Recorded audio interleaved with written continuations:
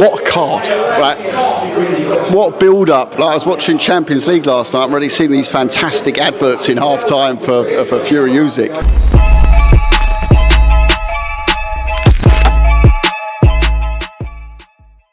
This is Jonathan Agger, Fifth Pro Boxing Fans, joined by Kalle Sauerland here at the weigh-in ahead of your show tomorrow night, York Hall on Channel 5. It's Charlie Edwards is back. Talk us through the fight, Kalle. He's fighting a former European champion.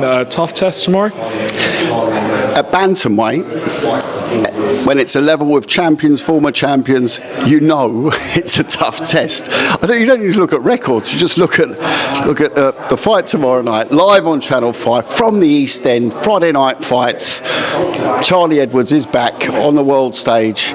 You know, fantastic platform for him, and Ory is coming here to get that belt as you know. So it's a live fight, and we've had a few absolute bangers on Channel 5 in the last 12 months. And I think it's going to be a very hot, sold-out York Hall tomorrow night. Love the atmosphere in the York Hall on a Friday night. Something very special. Live on Channel 5 and on DAZN all over the world. So going to be very good platform for certain people to feature it. Charlie Edwards, what a character. Great to have him back in boxing as well. I heard his brother's going to be in his corner.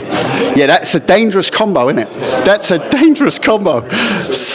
Yeah, it's worth tuning in just to watch that. If Charlie wins tomorrow, and you're going to hope he does, how do you navigate him? Because this division is a division sort of full of killers at the top. So I mentioned before the domestic fight with Paul Butler's great, but I think this gives him that WBC position. You know, we've been a long time very good with the WBC, and I think tomorrow night we get that silver belt, make sure that the fight goes the way it should go, because it's bantamweight. It's going to be a tough fight. I think that's why Charlie's not talking about future fights as well. It's about getting this out of the way tomorrow night and then going on to the world scene to get that world belt. You know, I mean, tomorrow night is a key fight for Charlie at this stage of his career. Just moving on to other Wasserman matters, I spoke to Nissa yesterday, and he said he's had very brief chats with Crawford's agents about a potential Josh Kelly fight. Have you been sort of involved in those talks, and how far are they down the line? Yeah, we're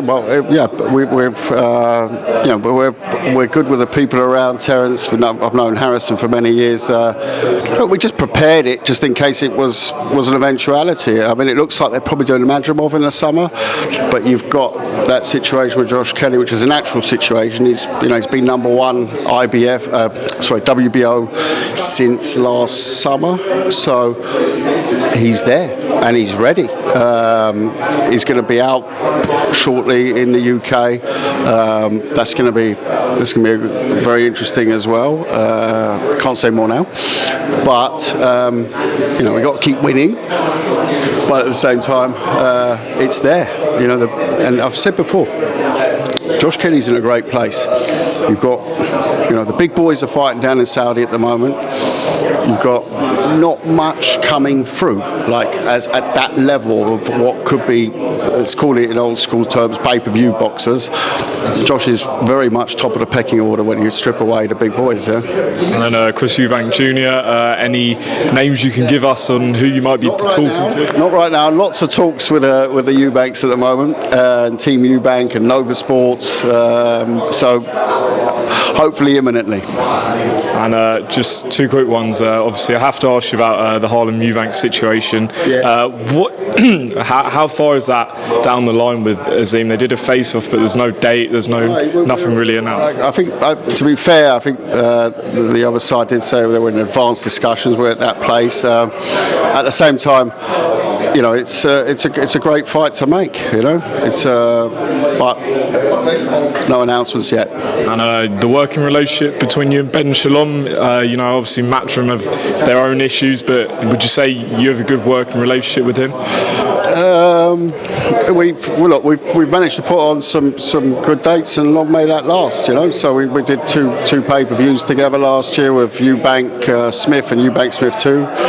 You know, I haven't been in that situation with what him and Eddie have had with the different purse bid situations. So can't really comment on that part. But you know, I'm always listen. I've worked with every promoter, whether it's in normal boxing or whether it's under the World Boxing Super Series. I've always been one who's managed to sort of fly the UN flag. You know, maybe it's because really when you look before the days of DAZN and apps and promoting all over the world, we were the only promoters who really floated between, I don't know, Germany, Scandinavia, Russia, still allowed to say that, America, and we promoted really all over the world, very differently to let's say Frank or Eddie or Bob in the States. Our business was always sort of on the road, you know. Just on the EBU, I think today ordered Maisie Rose Courtney against Chloe Watson. Yeah. Is that a fight you're gonna make? Fight. It's a good fight. We've Matchroom, so you know I'll probably put on more shows with Matchroom over the last 10 years than any other promoter. We work very well together, so it's simple. You know, if they want it, they can have it. And just finally, Kalle, I'm not sure I'll see you, hopefully, because I'm not going tomorrow. We've got someone there, but I'm not going to be at the show tomorrow. But May 18th, Fury Usyk, you know, Tony Bellew coming out saying he's only got a puncher's chance of beating Usyk. Do you give him more chance than that? I'm only interested in Breedis Opataya on that card. Very happy to be promoting the co-feature on it. What a card, right?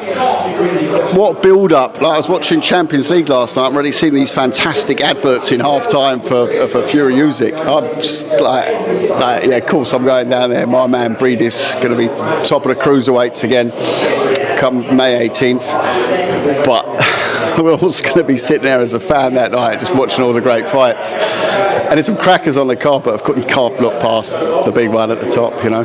What's going to happen?